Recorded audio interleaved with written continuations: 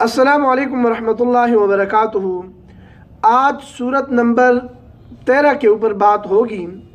سورت نمبر 13 سورت الرعد ہے، ترتیبی قرآنی کے اعتبار سے، جبکہ ترتیبی نزولی کے اعتبار سے 94 نمبر سورت ہے۔ یہ سورت مکی سورت ہے اور سورہ رحمان سے پہلے نازل ہوئی ہے، جبکہ سورہ محمد کے بعد نازل ہوئی ہے۔ آیات اس میں 43 ہے، جبکہ رکوع اس میں 6 ہے۔ عنوان سورۃ الرعد کا یہ ہے کہ آفتاب نبوت کے طلوع ہونے کے بعد بھی بعض ہستیاں منور نہیں ہوتی، بلکہ اپنے کفر اور ضلالت کی ظلمت میں محجوب رہتی ہے۔ نازل شدہ کتاب تو فطرت انسانی کے عین مطابق تھی، لیکن معاندین اس کے ماننے سے انکار کرتے رہے۔ یہ لوگ رب کی تقدیر کا فقط ایک حصہ مانتے ہیں اور دوسرے حصے سے انکار کرتے ہیں، اس لیے قرآن کی ضرورت نہیں سمجھتے، حالانکہ نازل شدہ کتاب ضروریات انسانی میں رہنمائی کی کفیل ہے اور اس کا نزول بتقاضۂ صفت ربوبیت ہے، لیکن معاندین اپنی جہالت کے باعث اس پر ایمان نہیں رکھتے۔ ضروریات جسمانی کے لیے جو نظام اللہ تعالیٰ نے بنایا ہے، اس کی ضروریات محسوس کرتے ہیں اور اس سے فائدہ بھی اٹھاتے ہیں، لیکن نظام روحانی کے ماننے سے انکار کرتے ہیں۔ یہ حضرت لاہوری رحمۃ اللہ علیہ نے فرمایا۔ ربط سورۃ الرعد مع سورہ یوسف۔ سورہ یوسف کا دعویٰ تھا کہ عالم الغیب اور متصرف فی الامور ایک اللہ کی ذات ہے، جس کو دلائل عقلی اور نقلی وحی سے ثابت کیا گیا۔ اب سورۃ الرعد میں کہا جائے گا کہ مسئلہ واضح ہو گیا کہ یہ لوگ صرف عنادگی کی وجہ سے نہیں مانتے، اس لیے سورۃ الرعد میں 11 دلائل اس مسئلے پر بطور تنبیہ لائے جائیں گے۔ خلاصہ سورۃ الرعد کا اس صورت میں اس دعوے پر کہ عالم الغیب اور کارساز صرف اللہ تعالیٰ کی ذات ہے، مذکورہ دعوت پر بطور تنبیہ 11 دلائل لائے جائیں گے، 8 دلائل عقلی، 2 وحی اور 1 نقلی مومنین سابقین سے۔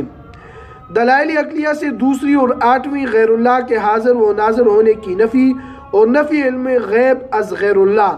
باقی دلائل اللہ کے سوا کارساز اور متصرف ہونے کی نفی کرتے ہیں۔ باقی صورت میں زجریں، بشارتیں، تخویفیں وغیرہ مذکور ہوں گی۔ تفصیلات دلائل سورۃ الرعد۔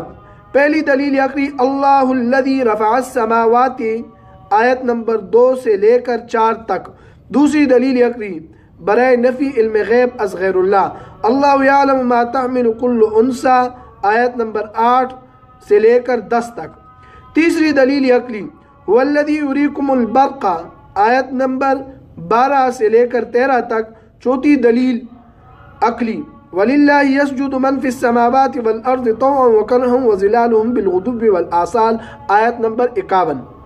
پانچویں دلیل عقلی علی سبیل الاعتراف من الخصم قُلْ مَنْ رَبُّ السَّمَاوَاتِ وَالْأَرْضِ، آیت نمبر 16۔ چھٹی دلیل عقلی برائے تمثیل معبود حق و معبودان باطلہ، انزل من السماء ماء، آیت نمبر 17، رکوع نمبر 2۔ ساتویں دلیل عقلی اللہ یبسط الرزق لمن یشاء ویقدر وفرحوا بالحیاة الدنیا وما الحیاة الدنیا فی الآخرة الا متاع، آیت نمبر 26، رکوع نمبر 2۔ آٹھویں دلیل عقلی افمن هو قائم علی، دلیل عقلی ہے، رکوع نمبر 5، آیت نمبر 33۔ پہلی دلیل وحی کذالک ارسلناک فی امۃ، رکوع نمبر 4، آیت نمبر 30۔ دوسری دلیل وحی قل انما امرت ان اعبد اللہ ولا اشرک بہ، رکوع نمبر 5، آیت نمبر 36 تا 37۔ دلیل نقلی از مومنین صادقین والذین آتیناہم الکتاب یفرحونہ بما انزل الیک ومن الاحزاب من ینکر بعضہ، رکوع نمبر 5، آیت نمبر 36۔ وَلَقَدْ أَرْسَلْنَا رُسُلًا مِّن قَبْلِكَ وَجَعَلْنَا لَهُمْ أَزْوَاجًا وَذُرِّيَّةً وَمَا كَانَ لِرَسُولٍ أَن يَأْتِيَ بِآيَةٍ إِلَّا بِإِذْنِ اللَّهِ، لکل اجل کتاب، رکو نمبر 6 آیت نمبر 38 سے 4 مقدر سوالات کے جوابات دیے جائیں گے۔ وما علینا الا البلاغ۔